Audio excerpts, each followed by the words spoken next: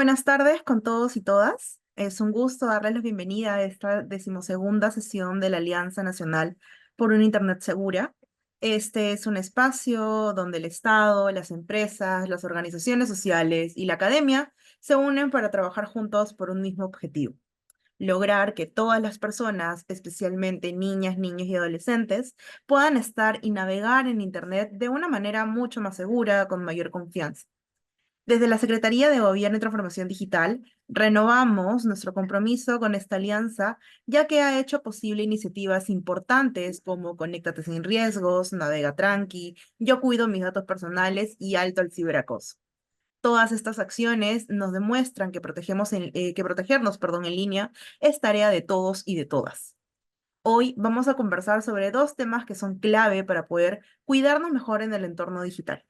En primer lugar, vamos a ver cómo se usa la publicidad en línea a partir de nuestros datos personales. Y en segundo lugar, vamos a ver cómo se pueden manejar los riesgos de la seguridad digital.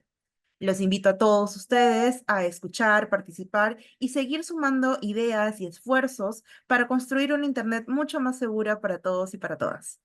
Para dar inicio a esta jornada, tengo el gusto de presentar al ingeniero César Vilchesinga, secretario de la Secretaría de Gobierno y Transformación Digital de la Presidencia del Consejo de Ministros, quien nos brindará unas palabras de bienvenida. Adelante, secretario.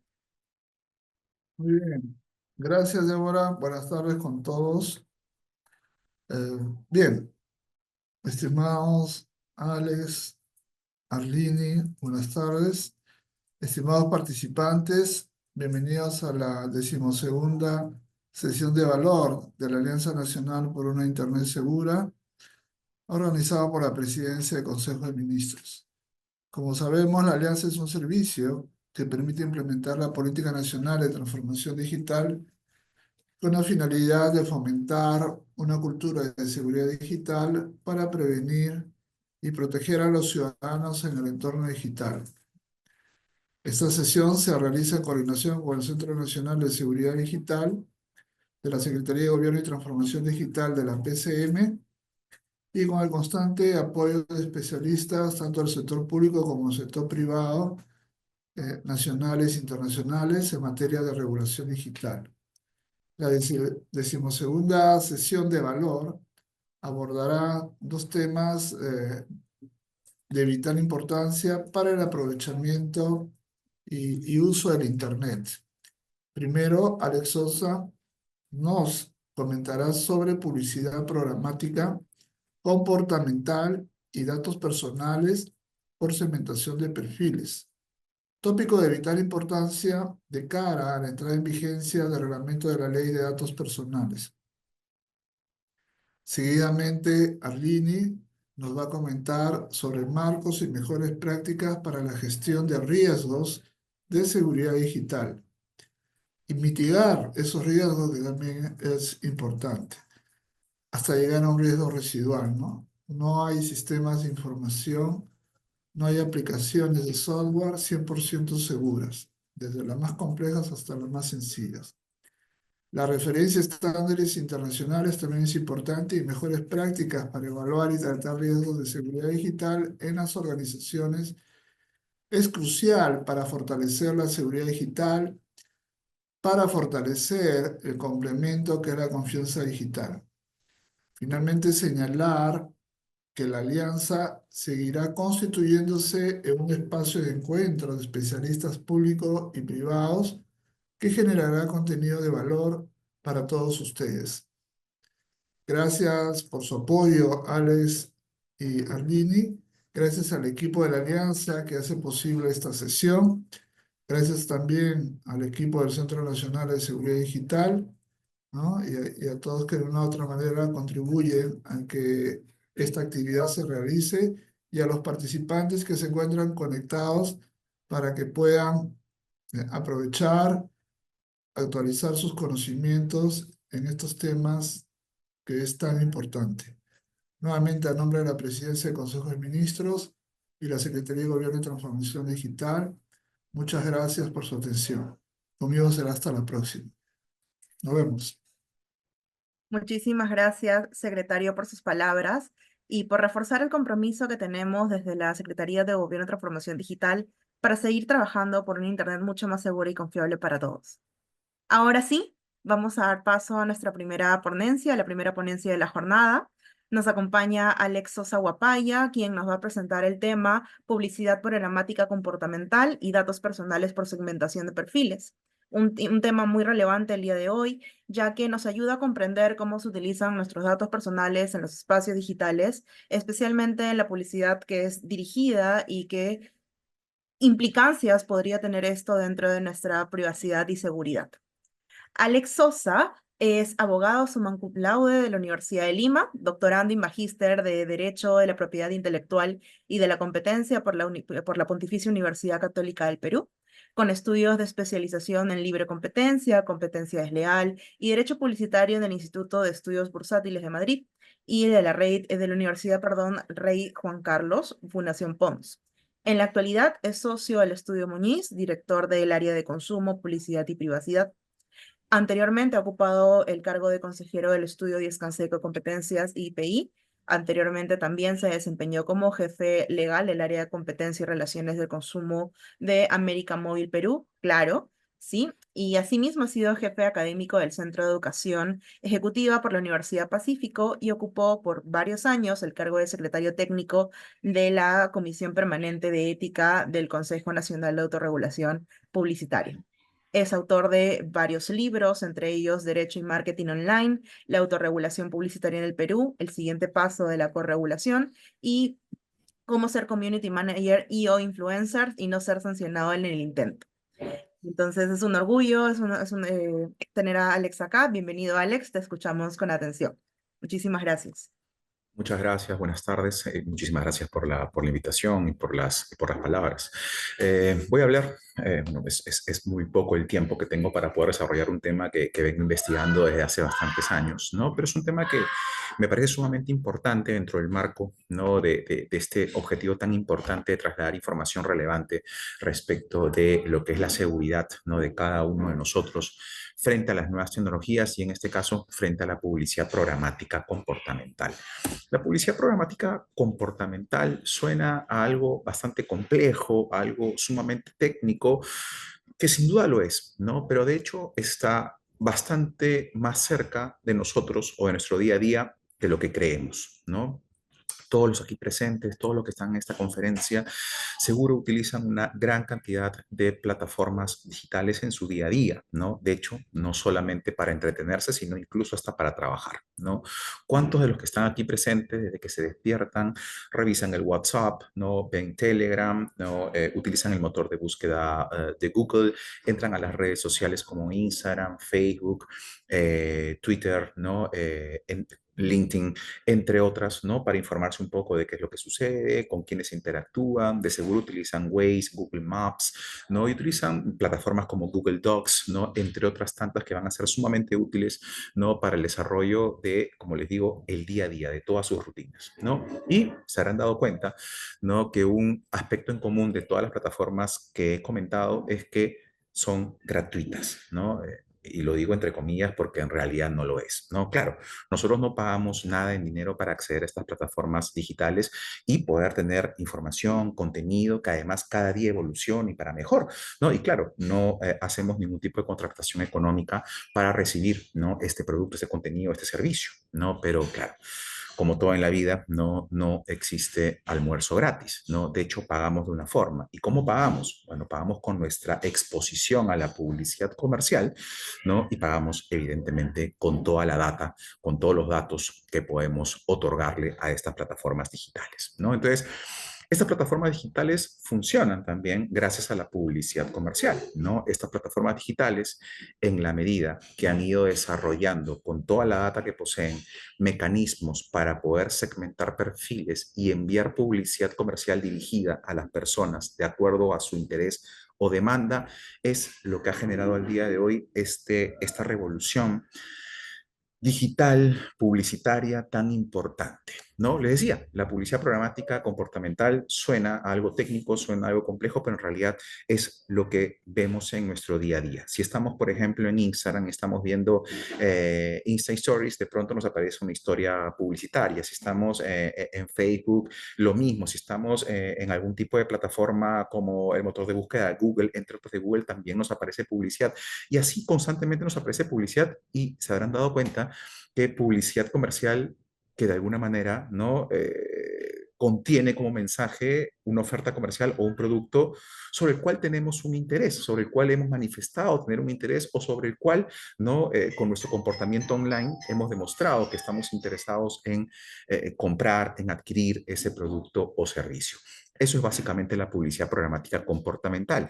Es una herramienta que funciona de forma automatizada y que permite segmentar perfiles sobre la base de los datos que maneja la plataforma para enviar publicidad comercial dirigida. Esta es una herramienta que viene evolucionando hace muchos años atrás, ¿no? Cuando yo empecé a estudiar esto, allá por el año 2010, 2011, se hablaba de la publicidad programática comportamental por las cookies y específicamente las tracking cookies, ¿no? Que se nos insertaban en el ordenador, en la computadora y que estas funcionaban como una especie de fichero online que recababa información sobre nuestro comportamiento online, búsquedas en Internet y sobre la base de ello nos iba llegando publicidad comercial. Eso al día de hoy ha evolucionado completamente, ¿no? Habrán visto por ahí ustedes que algunas páginas señalan de que ya no van a utilizar cookies o ya no van a utilizar tracking cookies, ¿no? Y claro, esto algunos lo ven como algo positivo, pero en realidad es que ya no las necesitan, ¿no? Al día de hoy nosotros otorgamos, ¿no? Tantos datos a las plataformas digitales que en realidad el uso de tracking cookies cada vez es menos necesario, ¿no? Es lo que yo de alguna manera menciono, por más que sea contradictorio, que nosotros brindamos una gran cantidad de datos a las plataformas digitales, a redes sociales que manejamos de forma voluntaria, ¿no? Pero a la vez inconsciente. Y que claro, hay datos personales, por ejemplo, que nosotros otorgamos al registrarnos a una red social o a una plataforma digital, ¿no? Claramente, donde sabemos que los estamos otorgando, como es nuestro nombre, género, en algunos casos la tarjeta de crédito, ¿no? Número de teléfono, correo electrónico y una diversidad de datos personales.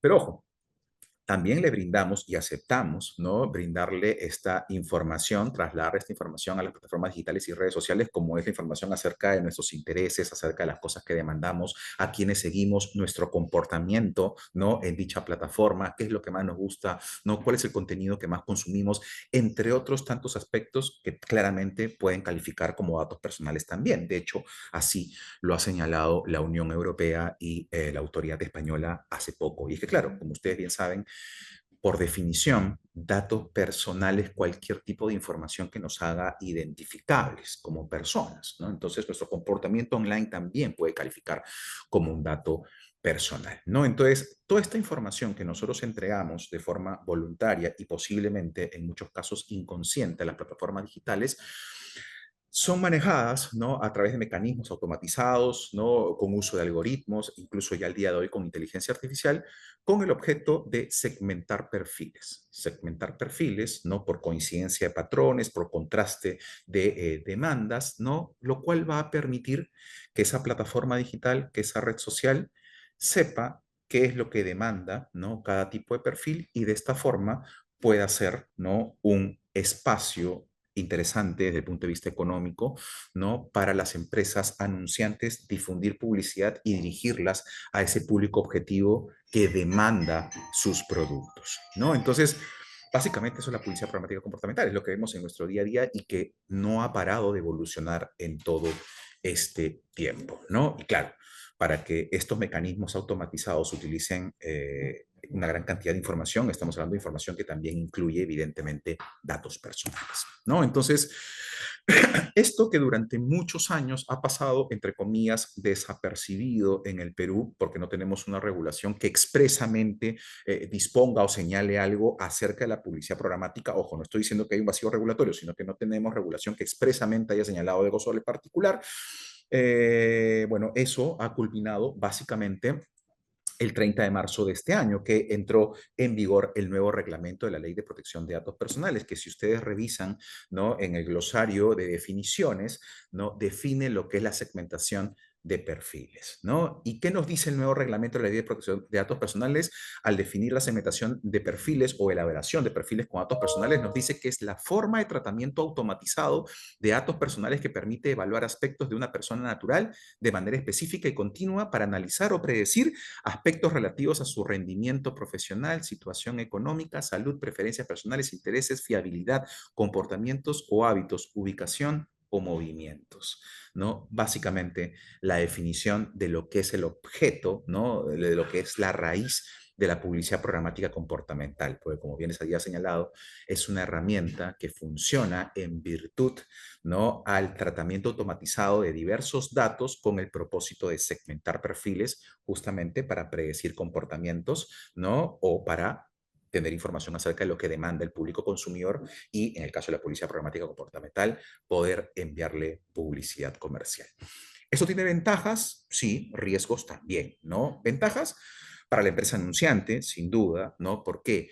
Porque esta herramienta publicitaria, es decir, la publicidad programática comportamental, a diferencia de lo que es la publicidad tradicional, esta publicidad sí permite medir el retorno de la inversión publicitaria que hace el anunciante, ¿no? Claro, esto es algo que no sucedía con los canales tradicionales, ¿no? Donde tú difundías publicidad comercial básicamente en los programas de mayor rating o en los programas que sobre la base de tu análisis de mercado considerabas que era el programa que veía tu público objetivo, donde, como se podrán dar cuenta, independientemente del análisis de mercado que podías hacer, no, lo cierto es que no podías medir con exactitud, ¿no?, cuál era el retorno de tu inversión. Con la publicidad programática comportamental sí, porque esa inversión publicitaria que estás haciendo a través de plataformas digitales y redes sociales va a llegar a un público que está interesado o que ha demostrado estar interesado en el producto que tú estás comercializando. Por lo tanto, el análisis es mucho más exacto.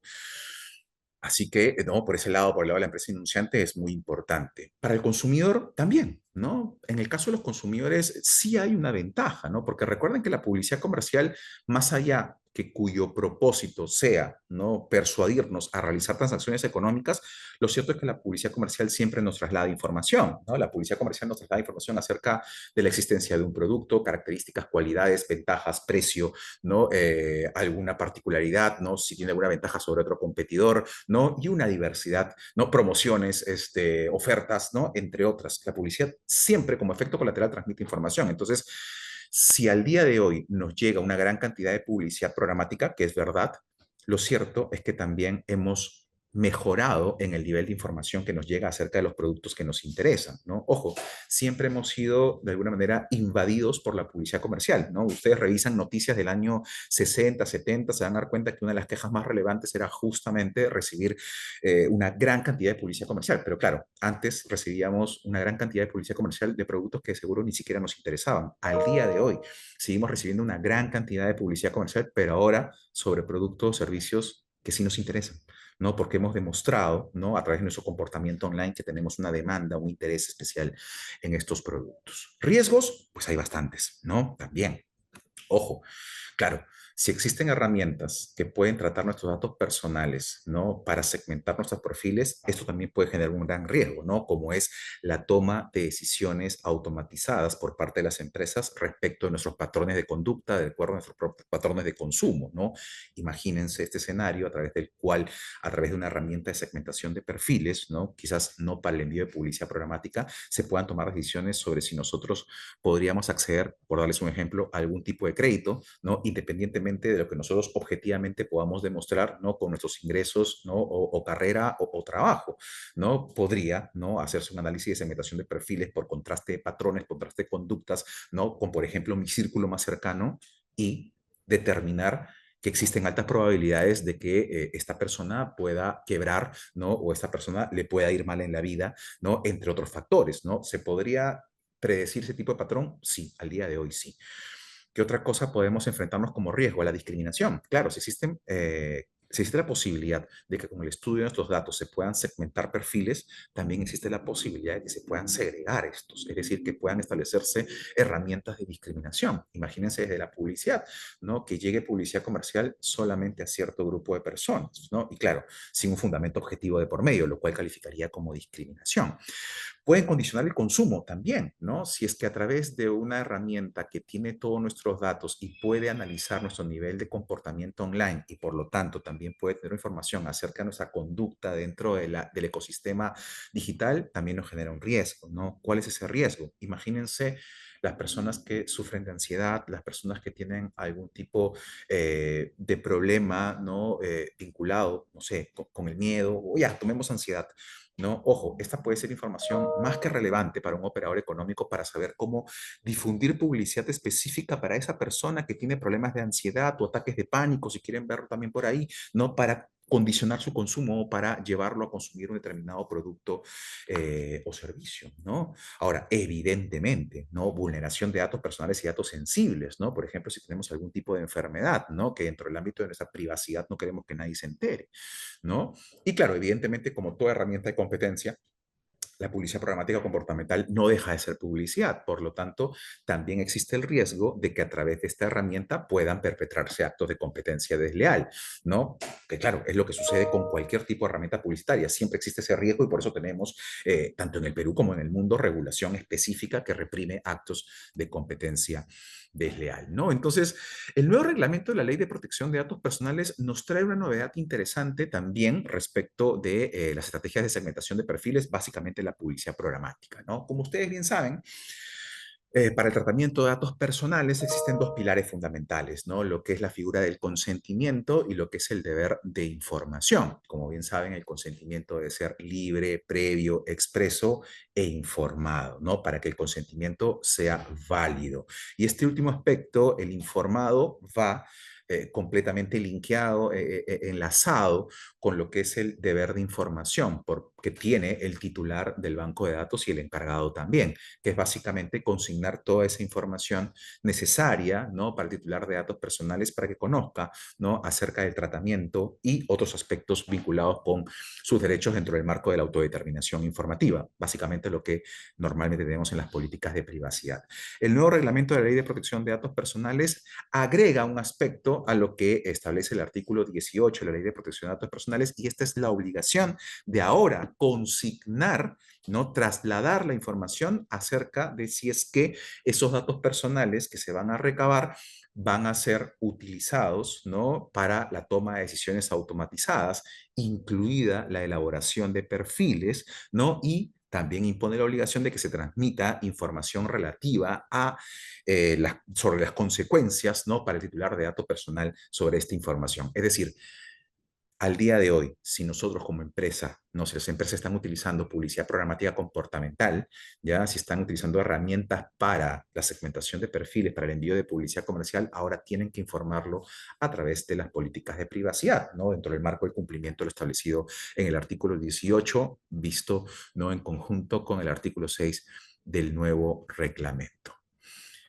Pero la reflexión aquí, ¿no? Y con esto quiero llevarlos al punto final de mi exposición, ¿no? Es preguntarnos si con ello es suficiente, ¿no?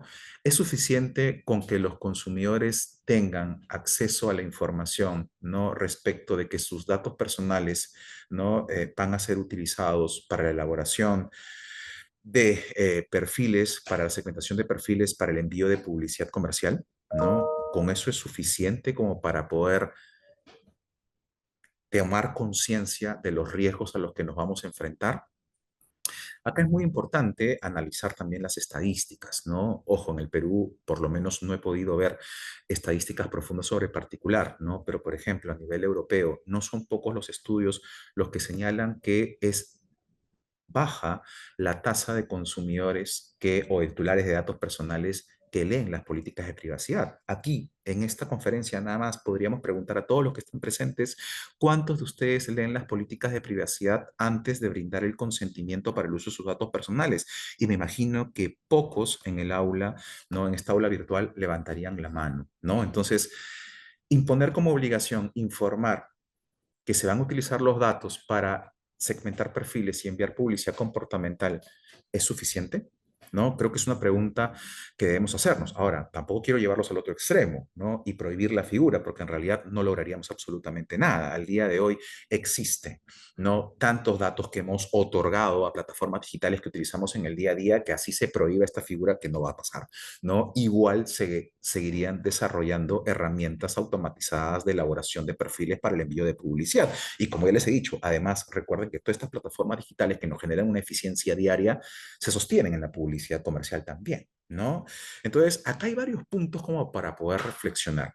Con esto tampoco quiero acabar la exposición señalando que existe un vacío regulatorio, un vacío normativo, porque en realidad no. Como estamos viendo, el nuevo reglamento ya aborda lo que es la elaboración, el uso de datos personales para la segmentación de perfiles. Ahora, la publicidad comercial es una herramienta que se encuentra, ¿no?, altamente regulada en el Perú. Claro, no expresamente la publicidad programática comportamental, pero tenemos la ley de competencia desleal, el Código de Protección y Defensa del Consumidor y una diversidad de regulación sectorial que aplica a la publicidad comercial y que también aplicaría a la publicidad programática comportamental, como también tenemos la herramienta, ¿no?, de la represión de la discriminación establecida en el Código de Protección y Defensa del Consumidor, que también podría servir como herramienta para sancionar cualquier acto de discriminación que se produzca, ¿no?, justamente con herramientas de segmentación de perfiles, ¿no? Pero claro, independientemente de que no existe un vacío legal, desde mi perspectiva, lo cierto es que el riesgo está ahí, ¿no? Los riesgos a los que estamos expuestos están ahí, ¿no? Y el problema más relevante creo que va por el lado del conocimiento acerca de esta herramienta y sobre todo el riesgo de detección, ¿no? Nuestras autoridades públicas están preparadas para investigar, para fiscalizar de manera eficiente la publicidad programática comportamental. Termino esta exposición con todas estas preguntas, ¿no? Me gustaría darles respuestas, ¿no? Pero si yo las tuviese, ya estaría brindando esta conferencia en la Unión Europea, donde tampoco encuentran las respuestas y mucho menos en Estados Unidos, porque es una herramienta sobre la cual aún se está investigando y se está viendo la forma de poder encontrar soluciones, ¿no? O herramientas que nos permitan reducir el riesgo. Por mi parte, eso es todo. Muchísimas gracias nuevamente por la invitación, ¿no? Ha sido un placer acompañarlos aquí, estar con ustedes, ¿no? Ahí en mi presentación, como están viendo en pantalla, les dejo lo que es mi Instagram y TikTok, donde estoy compartiendo una gran cantidad de información vinculada con estos temas. Así que si están interesados en ello, pueden seguirme. Y como bien señaló Débora, la publicidad programática comportamental es uno de los temas que yo he investigado más en el país, ¿no? Así que pueden encontrar artículos jurídicos, ¿no?, que he desarrollado, que he redactado en estos últimos años. Están a disposición, además libre, ¿no? Los buscan en internet o en mi Google académico y los van a poder descargar. Y también forman parte del capítulo 1 de mi libro Derecho y Marketing Online, ¿no? Un libro que lo pueden adquirir. Creo que todavía quedan algunos números de esa edición. Muchísimas gracias nuevamente. Cuídense mucho. Hasta luego. Muchísimas gracias, Alex, por tu exposición. Me parece que ha sido bastante clara y coincido contigo. Al inicio dijiste que era muy poquito tiempo para este tema que es bastante extenso y sí, me parece que hemos dado una primera buena mirada. Esperamos que en las próximas sesiones pues, te nos puedas seguir uniendo para explicar más. Tengo algunas consultas, sí, a partir de tu exposición.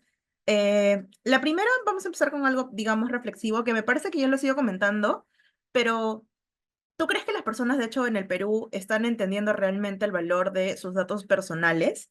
Y aunque por ahí ya nos has dado luces de la respuesta, acá sí quiero ir más hacia tu reflexión. ¿Qué crees que se podría hacer para empezar a promover esta cultura de protección de los datos personales desde lo cotidiano?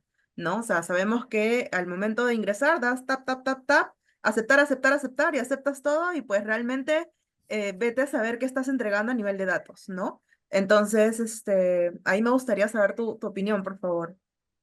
Mira, es una muy buena pregunta, Débora. Y mira, aquí el problema no solamente está en el Perú, ¿ah? O sea, te podría decir que este es un problema de alcance mundial. O sea, y de hecho hay papers bien interesantes desde el enfoque del análisis económico del derecho que que tratan de explicar este problema, ¿no? Y es que en realidad no quiero generalizar, ¿no? Pero la gran mayoría de titulares de datos personales o consumidores en realidad no valoran y no tienden a valorar, ¿no? Los datos personales que terminan otorgando a las plataformas digitales. O en todo caso, si tienen la oportunidad de hacer esa reflexión, ¿no? De cuánto les va a costar entregar sus datos personales, entienden que es mucho más beneficioso acceder al contenido, ¿no? Que viene después de esa aceptación, ¿no? Entonces, por eso mi última reflexión era esa, ¿no? O sea, es suficiente solamente con informar, claro, nos podríamos quedar ahí nada más, ¿no? Finalmente la empresa está informando de que va a tomar decisiones automatizadas, que va a segmentar perfiles y que va a enviar publicidad programática. Pero claro, ¿no? Si ya sabemos que en estadísticas el consumidor en realidad entrega sus datos porque sí, no estamos frente a una solución. Simplemente estamos frente a un escenario donde cada uno de nosotros decidiremos finalmente si otorgamos nuestros datos personales o no. Ahora, que claro, también tenemos herramientas para poder controlarlo, ¿no? Las mismas plataformas digitales también te permiten, en algunos casos, y muchas redes sociales también lo hacen, ¿no? Ir a configuración y hacer ajustes de privacidad que son importantes. Eso nos va a llevar a otra pregunta. La otra pregunta la otra pregunta que va a hacer es, ¿quiénes lo hacen? ¿No? Creo que son pocos, ¿no? Uno que otro, donde me incluyo, ¿no? Loquito que está buscando las condiciones de privacidad y que está cambiando todo, deben haber, pero la gran mayoría no, ¿no? Entonces, estamos en un problema donde me gustaría darte la solución. Yo creo que la solución viene, y si queremos hacer un cambio cultural, ¿no? Y con gran participación viene por la gran participación que podemos hacer tanto del Estado como desde el privado, ¿no? Trasladando información de lo importante que es cuidar nuestros datos personales, ¿no? Por el lado del Estado, lo que es la publicidad institucional, por lo que es el lado de las empresas, ¿no? Campañas que nos permitan, ¿no?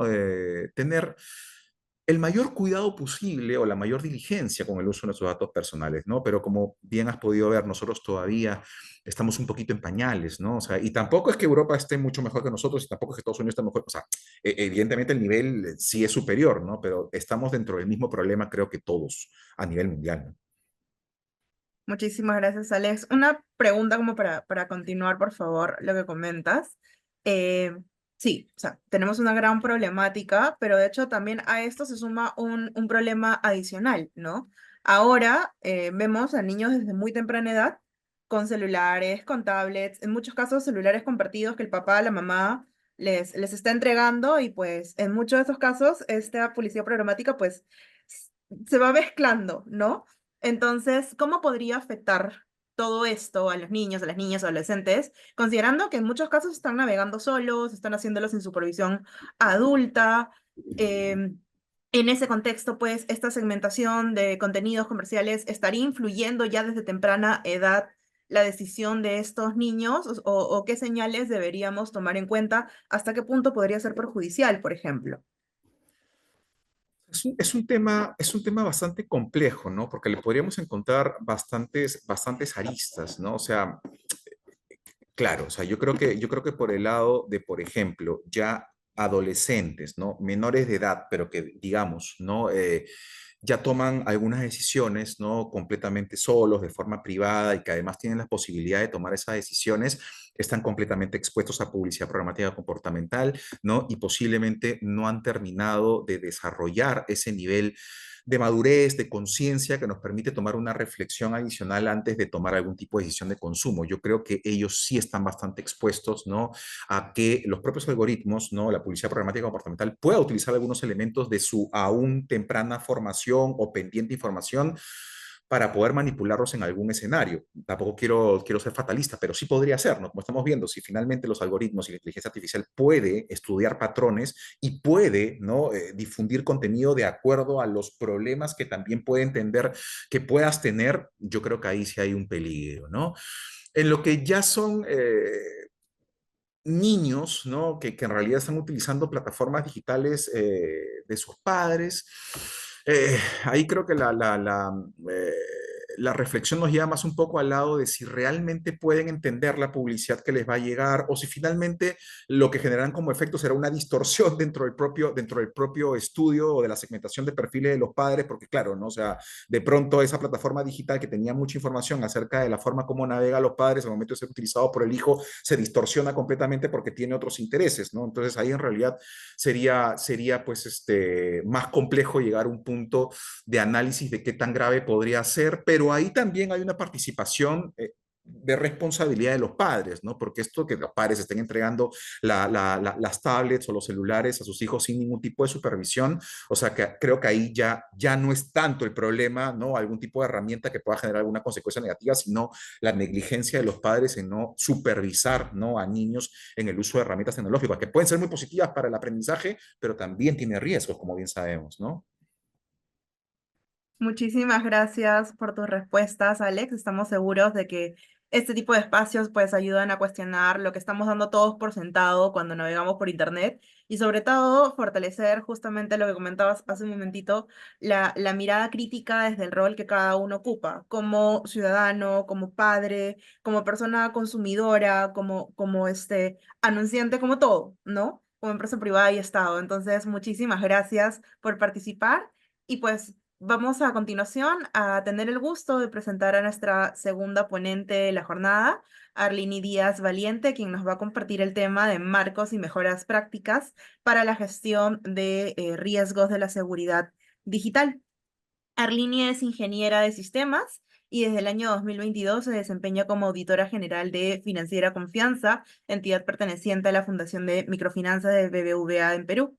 Cuenta con más de 20 años de experiencia en la auditoría interna de los sectores financiero y público. Posee certificaciones internacionales como auditora interna. Tiene también certificados de auditora de sistemas de la información. Tiene certificados también como responsable de la seguridad de la información. Además, tiene otras certificaciones y estudios de gestión de riesgos, gobierno, gestión de TI, seguridad de información, entre otros.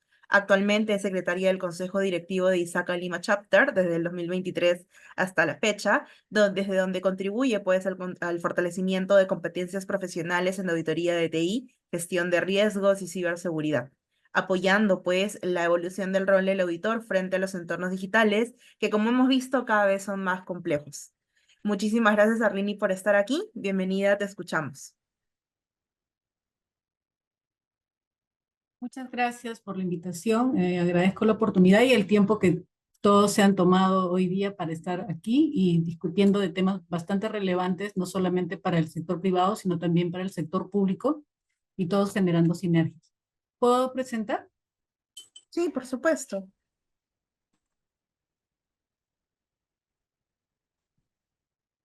Déjame ver.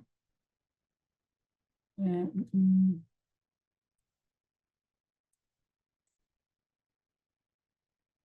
tu, tu.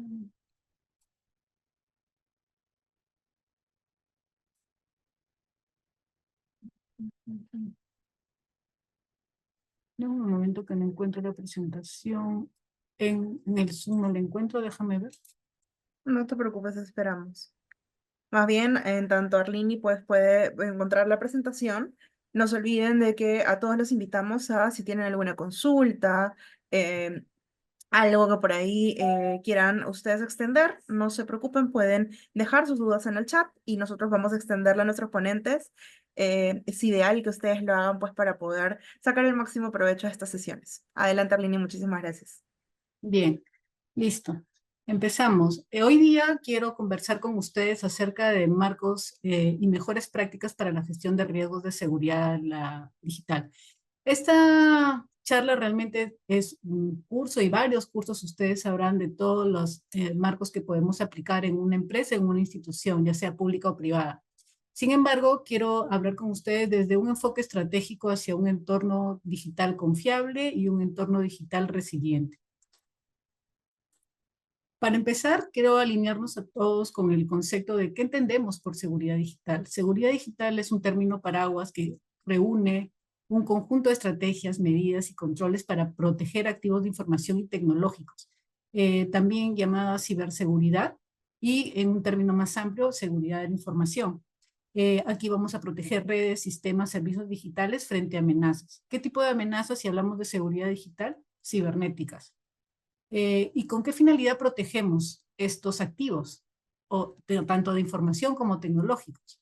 Pues para garantizar la confidencialidad, integridad y disponibilidad del más valioso activo que tiene una empresa, que es su información. ¿Y para qué? Para asegurar continuidad operativa del negocio y la confianza en la institución. Eso engloba el término que es seguridad digital. ¿Y por qué tenemos que proteger toda nuestra información de los riesgos digitales ahora, hoy día? Pues como ustedes saben, y cada vez que nos despertamos y vemos las noticias, las escuchamos, las leemos, identificamos ataques ya sea a nivel Latinoamérica, a nivel Perú, a nivel mundial, un gran aumento de amenazas y también brechas de seguridad. Este crecimiento exponencial de ataques cibernéticos hace imprescindible gestionar los riesgos digitales ahora. Esta digitalización acelerada, imagínense hace 20 años, la mayoría de trámites que hacíamos en el gobierno, en gobiernos locales, eran con papel en mano. Ahora la digitalización acelerada no solamente es para las empresas privadas, sino también para el gobierno. Y todo lo tenemos en un correo, en un PDF o en un usuario, siendo nosotros usuarios de una plataforma para acceder a un servicio. Esta transformación digital en absolutamente todos los sectores hace que definitivamente estemos más expuestos, no solamente como organizaciones, instituciones públicas o privadas, sino también como personas naturales de a pie. Y dado que estamos más expuestos a nivel de persona natural y jurídica, las exigencias regulatorias también se vuelven más estrictas.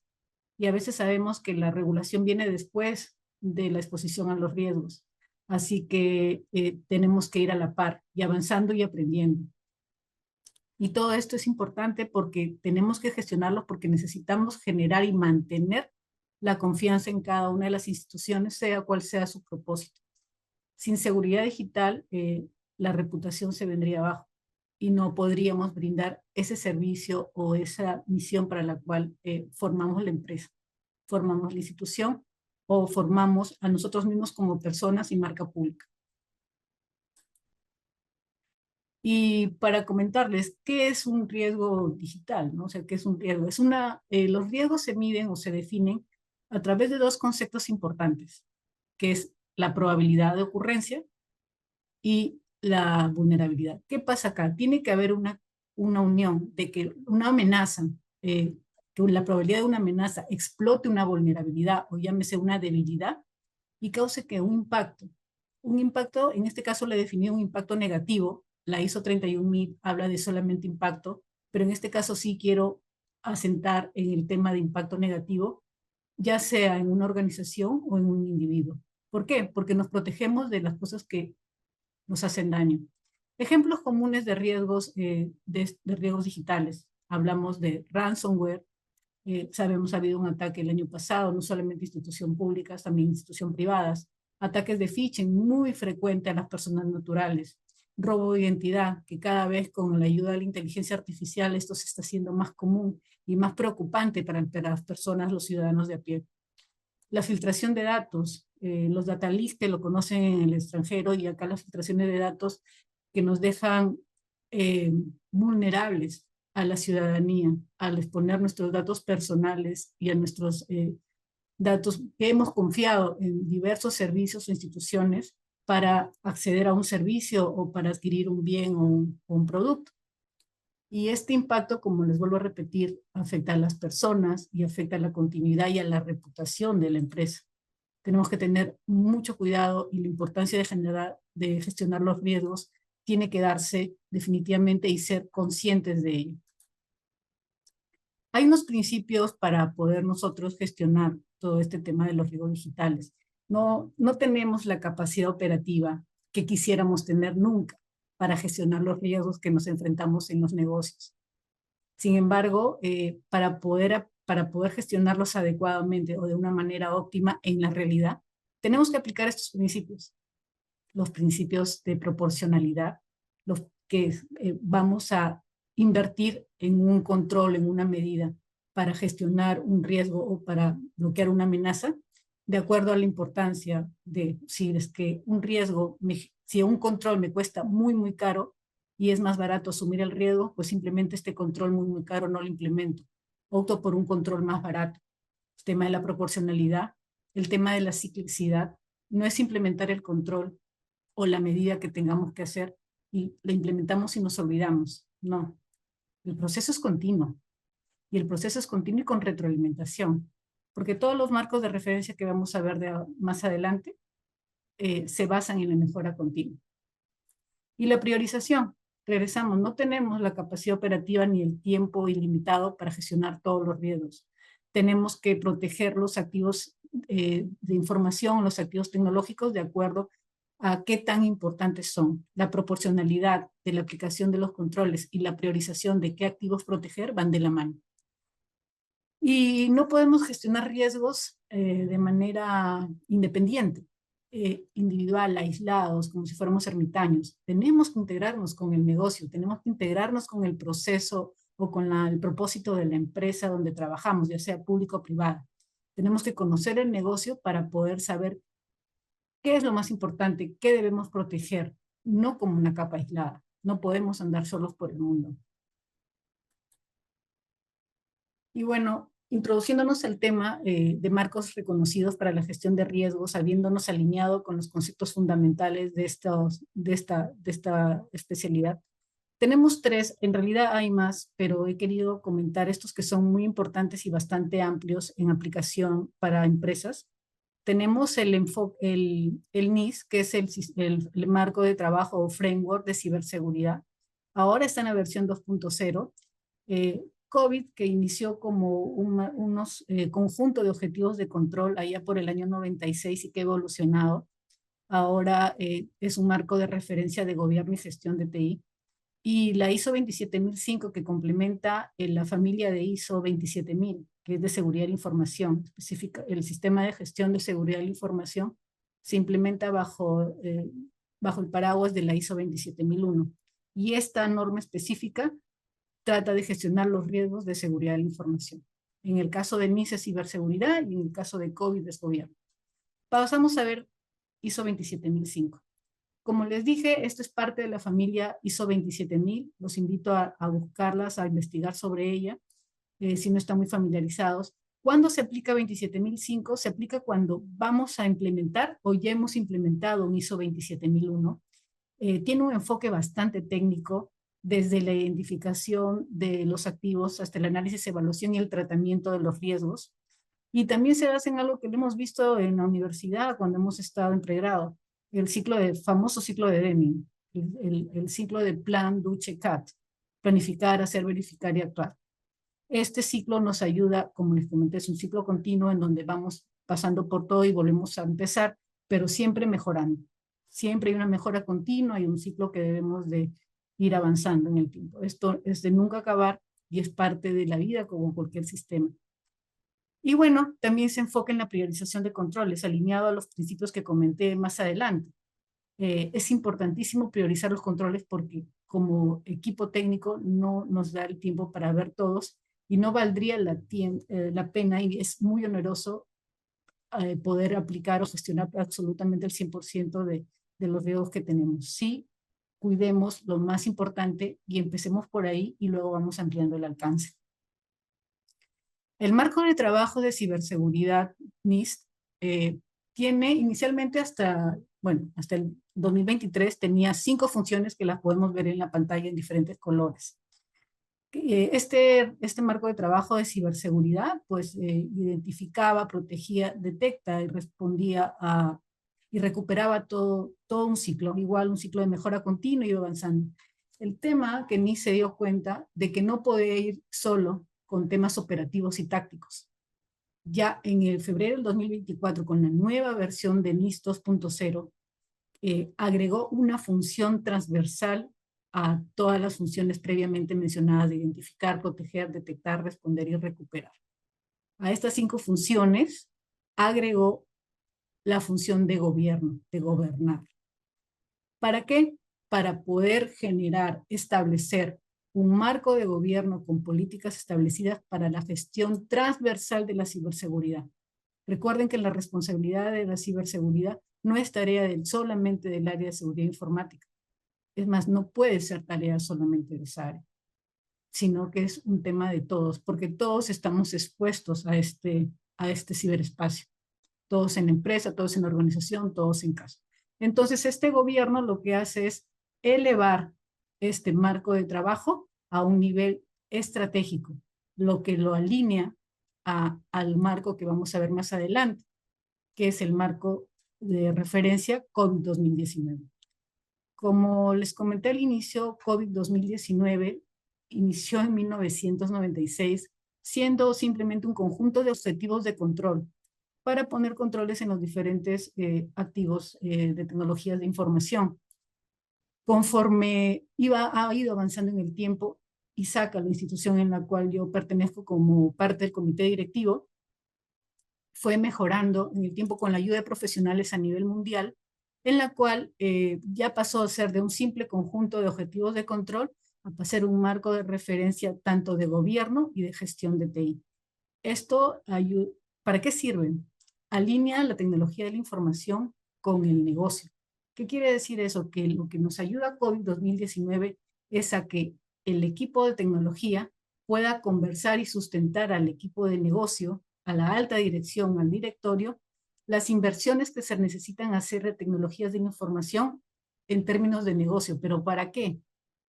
Para que los decisores de presupuestos y del negocio entiendan la inversión que se va a hacer y el beneficio que va a tener el negocio al invertir y no considerar un gasto los temas de tecnología.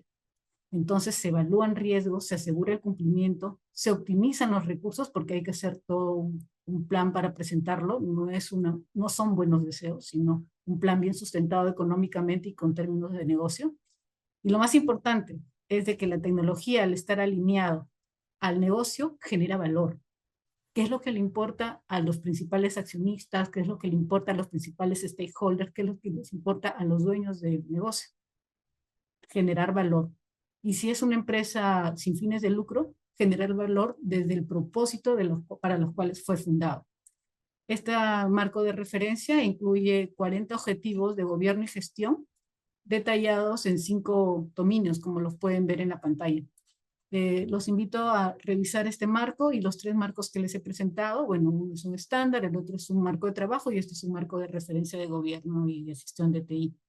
Y bueno, y estos marcos ustedes dirán, ¿cómo los aplico? ¿Cómo es que aplico uno y ya no puedo hacer el otro?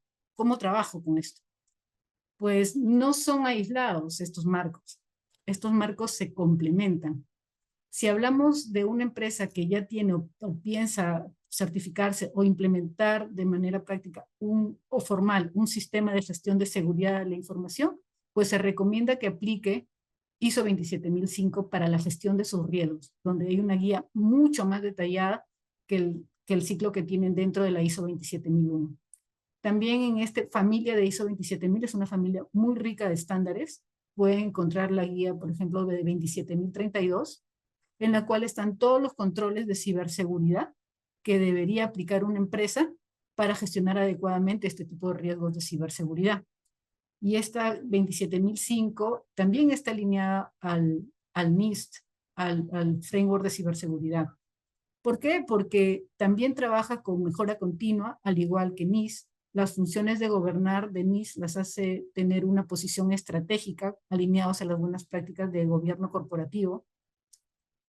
Y también lo importante es de que en el caso de NIST, no necesitamos ser una empresa muy grande, ni altamente regulada, ni con fines específicos de lucro o sin fines de lucro para poder implementarlos. La idea es que se inicie con algo básico y poco a poco se vaya escalando. Es una serie de recomendaciones que brinda y por cada tema, por cada categoría que tiene este marco, pues va dándoles fuentes de información en donde pueden ustedes aplicar los controles más idóneos para su caso. No te dice cómo hacerlo, pero sí te da líneas para poder ubicarte y poder gestionar y hacer frente mejor a los riesgos específicos de ciberseguridad. Y como les comenté, el marco de gobierno de COVID, importantísimo porque ya es también a nivel estratégico y corporativo, estamos hablando de las grandes ligas. Y lo importante aquí es de que COVID hace referencia tanto a NIST como a ISO para la implementación de controles. COVID no te da la solución de qué controles poner, cómo implementarlos tampoco. Para eso están estos marcos de trabajo y este estándar. Recuerden, COVID es como un paraguas en donde nos alineamos al gobierno corporativo y los demás marcos o estándares hacen su trabajo específicamente en temas de control. Y bueno, Todos estos marcos, como les dije al comienzo, no se van a poder implementar a nivel del área de seguridad informática o a nivel del área de seguridad de la información. No puede ser una iniciativa individual o de área dentro de un entorno corporativo, dentro de un entorno empresarial. Es necesario que hayan buenas prácticas para poder asegurar el éxito de la implementación de este tipo de normas. Por un lado está el tema de la gobernanza y por otro lado está el tema de la tecnología. En el tema de la gobernanza nosotros podemos ver que es necesario, indispensable, que la alta dirección y el directorio esté comprometido con la implementación de estos estándares. Es importante la implementación o el establecimiento de comités, tanto de gobierno como tácticos y operativos, para que fluya la información de abajo hacia arriba y no se quede en los cargos medios. ¿Por qué? Porque es importante la toma de decisiones a alto nivel para poder oportunamente gestionar los riesgos. La figura del CISO, del oficial de seguridad de la información, idealmente, sé que es difícil en las empresas, tiene que tener reporte directo a la gerencia general y al directorio. Mientras más arriba de la estructura organizacional se encuentre, va a tener más libertad de poder acceder a reportar lo importante en el momento oportuno. Y hablamos también de capacitación continua.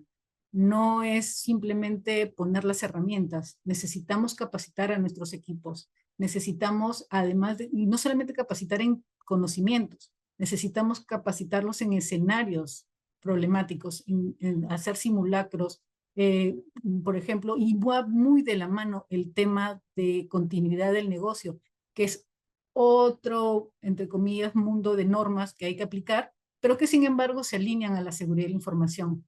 Recuerden que la seguridad de la información tiene 3 patitas, ¿no? Confidencialidad, integridad y disponibilidad. La tercera, disponibilidad, está alineada con este tema de lo que es la continuidad del negocio. ¿Por qué? Porque la continuidad del negocio lo que busca es volver a activar a la empresa cuando haya un incidente que afecte a sus procesos principales y se hayan caído. Entonces es volverla a activar. Y siempre es importante una supervisión efectiva. Aquí las buenas prácticas nos mencionan dentro del modelo del Instituto de Auditores Internos, el modelo de las 3 líneas, los invito a buscarlo, en donde las 3 líneas son la capa del negocio, la capa de supervisión y la capa de auditoría, en lo que cada uno cumple su rol. La capa 1, que es las unidades del negocio, son las que hacen las actividades del día a día, pero que cada uno tiene actividades de control para asegurar un adecuado cumplimiento de sus objetivos sin asumir riesgos mayores. Hay una capa 2 de control, los controllers, que tienen que revisar y asegurarse de que la capa 1 haga su función sin pasarse, por ejemplo, de los presupuestos económicos, sin pasarse de las políticas implementadas o reportando adecuadamente los reportes regulatorios y, en fin, una serie de controles que hay que ir supervisando continuamente. Y la capa 3 o la línea 3 es la línea de auditoría interna, en la línea que actualmente ahora yo trabajo, en la cual brindamos un aseguramiento independiente al directorio con relación a la adecuación de la gestión de riesgos. ¿Cómo se están gestionando los riesgos? ¿Está adecuado? ¿Es no adecuado? Estamos optimizando la gestión para poder llegar a nuestros objetivos empresariales. Cada una tiene sus funciones y es importante cada uno en su rol para la gestión de los riesgos de manera integral en la empresa. Y como se dan cuenta, todos son personas. La gestión de riesgos digitales no puede ir de la mano o no puede salir bien sin las personas a cargo y sin las personas haciéndose responsables de su rol que le ha tocado en cada área de la empresa. Y ahora hablamos de las buenas prácticas en tecnología y procesos. Aquí hay una serie de herramientas tecnológicas que tenemos que aplicar, dependiendo obviamente del tamaño de la empresa y dependiendo del grado de exposición al ciberespacio que se tienen. Hay empresas más expuestas, por lo tanto necesitan más herramientas y hay empresas menos expuestas y va a depender. Aquí se aplica nuevamente el principio que hablábamos ahora, ¿no? Tenemos el principio de la priorización también y el principio de poder nosotros ver qué es lo más importante, a dónde tenemos que invertir y en qué no debemos invertir o dejarlo para después para poder tener un entorno, un escenario seguro de trabajo. Es importante también tener controles para el acceso a nuestros sistemas, el multifactor de autenticación, que no solamente es para las empresas, aplíquenlo ustedes tienen en sus celulares un Gmail, un correo electrónico, apliquen en la medida de todas las herramientas que tengan el doble factor de autenticación. Es importantísimo para evitar que nos puedan sacar dinero de las tarjetas, para que nos puedan suplantar, y esto ayuda, es una medida bastante efectiva para poder implementarla, ya sea de manera individual y obviamente de manera corporativa. La gestión proactiva en el tema técnico también es importante. Recuerden, comencé mi charla indicándoles de que las amenazas cibernéticas van aumentando y el aumento no es lineal, el aumento es exponencial. Más ahora, con la ayuda de la inteligencia artificial, los ciberdelincuentes tienen mayores herramientas para poder diseñar mejor sus ataques. Es importante estar en constante actualización de nuestros sistemas operativos, base de datos, redes, comunicaciones, con los parches. Si no, esos parches que dan el fabricante son importantísimos para evitar estar expuestos en manera adicional a los riesgos de seguridad que afectan. Y no solamente es aplicarlos de manera a ciegas, es todo el tema de gestión de parches es toda una metodología que hay que aplicar y una forma de trabajo que tiene que estar muy organizada y muy sincronizada. No solamente basta aplicarlos una vez al año y me olvido hasta el otro año, porque en ese lapso nos volvemos más débiles conforme van saliendo más vulnerabilidades y los fabricantes de software van aplicando sus parches, ¿no? sus correcciones. Los parches son más que correcciones a vulnerabilidades que se encuentran en su software y nos las van dando para nosotros poder irnos securizando. Mientras más nos demoremos en aplicar una corrección enviada por el proveedor, más expuestos estamos. Y algo importante que ya está tomando bastante importancia, no solamente a nivel práctico, sino también a nivel regulatorio. Yo trabajo en el sector microfinanciero, altamente regulado por SBS, en la cual están dando mucha importancia a la gestión de servicios de terceros. ¿Cómo gestionamos a nuestros proveedores? ¿Qué les exigimos a los proveedores contractualmente? Cláusulas de seguridad de la información, de continuidad del negocio, de protección de datos personales. Un tema que no hemos hablado acá, que han hablado en la anterior charla, que es importantísimo aplicar. Ustedes saben que la cadena se rompe por el lado más débil. Un proveedor que tenga una debilidad, una vulnerabilidad, nuestra empresa puede ser atacada a través de ese proveedor. Entonces, es necesario no cerrar los ojos y dejar que el proveedor como caja negra haga su trabajo y nos atienda como pueda o como sea, sino tenemos que ser conscientes y saber cómo está gestionando nuestros activos, cómo está ingresando a nuestra red interna cuando les damos acceso, cómo es esa conexión remota, qué estrategias tiene de recuperación este proveedor, qué pasa si este proveedor se cae, cuántas horas o días podemos funcionar. Todo eso es importantísimo en la evaluación de proveedores. No solamente es una línea en esta lámina. Tenemos que ser conscientes y aún más con todas las integraciones que hay en el mundo y con este mundo tan complejo que tenemos de interrelaciones comerciales, mirar a los proveedores ahora se hace más que indispensable. Y bueno, vamos a hablar de retos y tendencias en seguridad digital. Ya les he explicado que hay una sofisticación maliciosa y un incremento de automatización de los ataques increíble. La inteligencia artificial vino para quedarse, pero no es ni buena ni mala. La inteligencia artificial va a dar los resultados de quien la usa. Los humanos somos los drivers de la inteligencia artificial y dependiendo para qué lo usamos, pues puede ser bueno o malo. Sin embargo, tenemos que estar, así como se aplican para cosas malas, también se están haciendo muchos esfuerzos y grandes logros en utilizar inteligencia artificial para estar un paso adelante de los ciberatacantes. Es importante también estar presentes en los riesgos emergentes. Tenemos la IA generativa, los deepfakes que afectan a las personas de a pie y a las organizaciones también. esa manipulación digital que nos hace creer que alguien está detrás cuando realmente es una IA la que nos habla.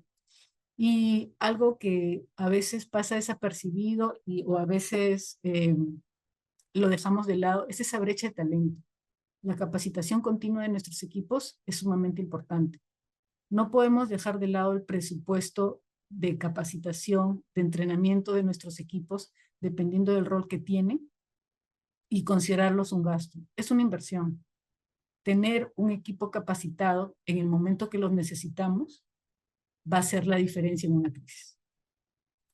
Y algo importante es la ética y la colaboración. Necesitamos contar con equipos, con personas que tengan la ética para poder decidir las cosas que correspondan en el momento adecuado.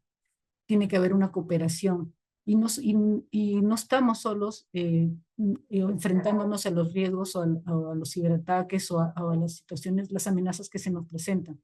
Es importante que cada organización se una con otras organizaciones, tal como pasa, por ejemplo, con los bancos o con las financieras o las cajas. ¿Por qué? Porque esa asociación de empresarios va a ser más fuerte, se va a generar sinergias a la hora de defenderse, van a poder acceder a servicios, plataformas comunes, van a poder estar se avisando o alertándose de patrones que se van identificando de ataques, por ejemplo, ¿no? De comportamientos en la red, y eso hace que podamos protegernos de manera más oportuna, más fuerte, y que seamos resilientes a todo el complejo mundo que tenemos enfrente para salir en el negocio. Yo quiero aquí no dejar esta charla y comentarles mis conclusiones de todo lo que les he hablado. A nivel de seguridad digital, pues recalco, no es un tema técnico. No es solo un tema técnico, es una prioridad estratégica que debe estar conversado en las altas esferas de cada organización. Lo que gestiona los riesgos digitales se tiene que proteger las personas, la información y la reputación. Estos tres temas es importante para la continuidad del negocio de la empresa. Sin nuestros trabajadores, sin nuestros clientes, las empresas simplemente no pueden continuar. ¿Y cuál es la clave? La clave es integrar tanto la seguridad a la cultura, al gobierno y a la toma de decisiones. Este trío va a ayudar.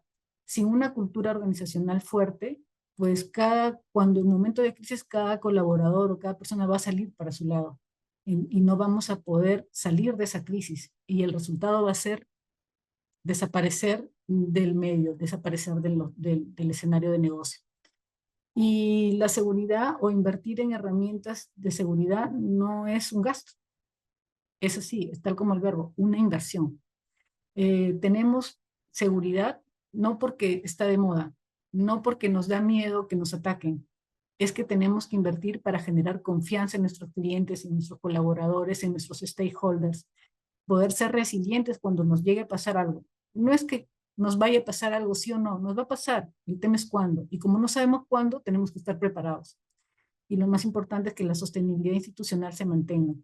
Todo esto que les comento acá, quiero dejarlo recalcado, muy importante, no olvidar que finalmente las personas es el factor más importante y también el eslabón de la cadena más débil.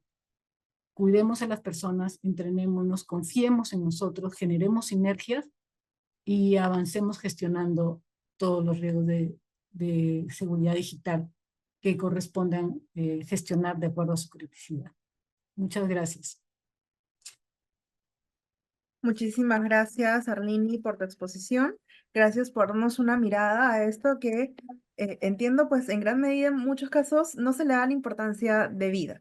Sí, entonces, para cerrar ya tu exposición, muchísimas gracias por haberla hecho. Gracias. Tengo algunas consultas, ¿sí? Sí, claro. La primera es, mencionaste que la gestión de riesgos, pues, debe ser un proceso continuo, integrado, y no necesariamente una capa aislada, que es como entiendo en gran medida se está viendo o se ve.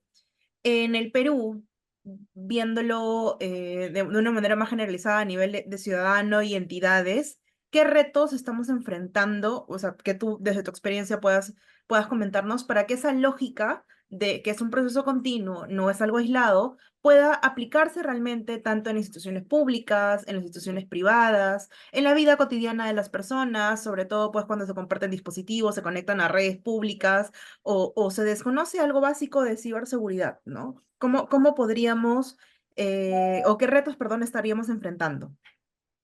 Bien, hay varios retos de los cuales hay varias aristas donde podemos ir abordando.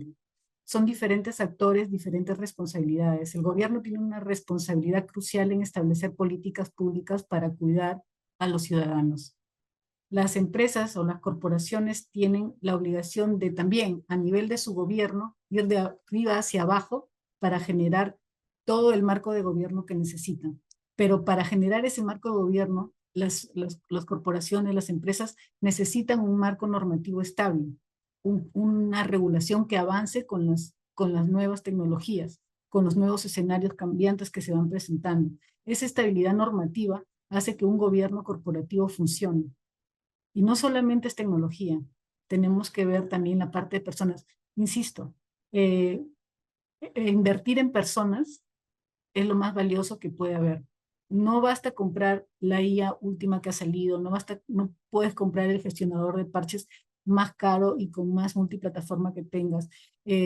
No puedes comprar un SOC y que te lleguen 1000 alertas por correo y que nadie las vea.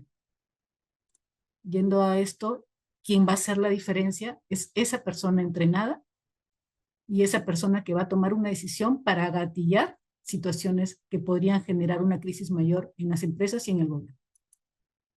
Muchísimas gracias. Y gracias por comentarlo porque justo a partir de eso justo tenía otra consulta. Cuando hablabas de COVID 2019, miéntame, El sí, marco de referencia de perfecto. SACA, sí. Comentabas que teníamos que alinear pues la tecnología con el negocio para poder generar valor y eso involucra todo, ¿no? El software, las Sí. personas, va a involucrar todo. En el sector privado se entendería que podría ser más directo, porque vas generando el valor, ¿no? Le vas diciendo, mira, si potencias esto, como mencionabas de tu experiencia del sector financiero, podrías tener una mejor seguridad, podrías tener mayor confianza con tus usuarios, una mayor ganancia, qué sé yo. Pero desde el sector privado, del sector público, Público. perdóname, ¿cómo podríamos entender, o sea, cómo se debería dar a entender ese negocio? Porque sabemos que en la entidad pública se traduce en un enfoque más bien de gobernanza, de entidades públicas con un presupuesto establecido, cuya razón de ser, pues, es servicios, proteger derechos para la ciudadanía, pero no necesariamente es ese foco, pero que no deja de ser importante, ¿no? Entonces, ¿cómo Es podríamos que, presentarlo de manera holística? claro, es que COVID 2019 no se aplica solamente a empresas privadas con fines de lucro. COVID 2019 está abierto para gobiernos, para empresas sin fines de lucro, para todos aquellos corporaciones, organizaciones que necesiten establecer un marco de gobierno. El Estado, si bien no genera lucro en temas de utilidades, ok, pero sí cada organismo articulado, ¿no? Estamos hablando PCM, estamos hablando de los ministerios, los organismos adscritos, cada uno, de acuerdo a la matriz que tienen, la nota de las funciones, tienen un propósito, un fin. Eso tú lo puedes traducir en números, porque cada una de estas organizaciones tienen un fin, tienen un presupuesto. Para poder optimizar el presupuesto escaso que tiene cada una de las instituciones, cada vez que el presupuesto anual del Estado se distribuye, se ven números súper grandes, pero a la hora que les toca, cada institución siente que le falta más dinero, se necesita establecer un gobierno de TI. Dime una sola empresa o una sola institución pública que no se base en la tecnología, aunque sea para utilizar el CIAF. Dime una que no lo utilice. Hace 20 años yo he trabajado en la Contraloría, 13 años, y ya usábamos tecnología para auditar. Y no es lo mismo ahora. Ahora es mucho más fácil porque tenemos todo más integrado. Pero es necesario que cada uno, desde el rol que el Estado peruano le ha entregado a cada institución o a cada organismo, genere su gobierno o su microgobierno para trabajar, establecer desde la cabeza, ya sea alcalde, gobernador regional, ministro, quien tenga a la cabeza de cada rol, cada función del Estado, establecer un gobierno en donde su función, su propósito pueda ser soportado en la tecnología. Y es ahí donde entra COVID. Muchísimas gracias. Y ahí, para hacer una pregunta sé que va a ser complicada, ¿ya? Pero en ese punto, si tenemos Intentaré. recursos limitados, ¿por dónde vamos? Hacia las personas, porque hemos visto entidades públicas con una sola persona responsable de TI, ¿no? Los Y en la privada también Claro, pasa. entonces, ¿dónde vamos? ¿Hacia las personas, hacia los recursos? ¿Hacia dónde? Sé que idealmente hacia los dos, pero digamos que en una primera apuesta para empezar a reforzar todo este marco de gobierno, ¿dónde tendríamos que poner los recursos? Si es que tuviésemos que elegir. Claro. Si es que tienes que elegir, tú tienes que guiarte con estos principios. Si tú, ¿por qué? Porque nunca vas a tener los recursos económicos suficientes, nunca vas a tener los recursos humanos suficientes para trabajar. Pero por algo tienes que empezar. Si tienes un recurso, algo se hace. El tema de la generación de sinergias con otros organismos, como ustedes están promoviendo todo el tema de la transformación digital y este uso seguro del Internet, es importante porque ya les dan la tarea más hecha. Y que el hecho que hay una persona solamente en una institución pública dedicada a esto, pues tiene sí o sí, porque el dinero es de todos los peruanos, de establecer ese contacto con organismos que tienen esta función justamente transversal, como la tienen ustedes, para poder apoyarse y generar sinergias. No te digo que es sencillo y son idílico, pero es la única forma de poder hacer que esa única persona sume como tres, pero con el apoyo de gente especializada, porque no necesitas tener especialistas en cada órgano. Igual, nosotros pertenecemos, por ejemplo, ahorita somos 5 empresas en Latinoamérica y tenemos un monitor, digamos, en la fundación que está en España y nos ayudamos, generamos sinergias, hablando en términos chiquitos, no es mínimo con respecto al tamaño del Estado peruano, pero es lo mismo. No puedes pensar que vas a tener especialistas o expertos en ciberseguridad en un organismo local, de ámbito local. Es complicado. Pero ahí están las políticas públicas que te hablaba al comienzo, para generar sinergias y poder optimizar los recursos económicos que siempre van a ser escasos por más presupuesto grande que tengamos en temas tecnológicos. Y eso depende de la cabeza. Si la cabeza lo define así, pues todo se alinea, ¿no? ¿Y cuál es la autoridad que tenga esa cabeza para poder hacer que todo se alinee y que la comunicación fluya hacia abajo? Muchísimas gracias, Arlini, de verdad, por responder las preguntas, por compartir tu experiencia, ¿no? Que es bastante útil y creo que muchos de nosotros nos llevamos hacia nuestras propias entidades, a nuestras propias realidades. Gracias. También por ayudarnos pues a entender que esta gestión de riesgos digitales no es un tema únicamente técnico, sino es una parte fundamental de cómo fortalecemos nuestras instituciones, cómo cuidamos a las personas, cómo otorgamos valor donde tenemos que otorgarlo. Gracias también a todas las personas que se han conectado, que nos han acompañado en esta 12ª sesión de la Alianza Nacional por una Internet Segura. Hoy nos llevamos ideas, reflexiones y también pues desafíos. Ya hemos visto desde el lado de Alex y desde el lado de Arlini cuestiones que tenemos que reflexionar mucho. ¿Sí? Sabemos que construir una Internet segura es una tarea compartida que empieza en cada decisión que nosotros estamos tomando, desde lo cotidiano hasta lo institucional. Sí, así que seguimos comprometidos desde la Secretaría de Gobierno y Transformación Digital y desde el Estado, en general, la sociedad civil, la academia, el sector privado, con este esfuerzo colectivo. Nos reencontramos en la próxima sesión con mayores aprendizajes y mayores propuestas. Muy buenas tardes. Muchísimas gracias, Alex. Muchísimas gracias, Arlini. Hasta la próxima. Chao. Chao, muchas gracias. Cuídense. Ponle punche y ganamos todos, Perú. Gobierno del Perú.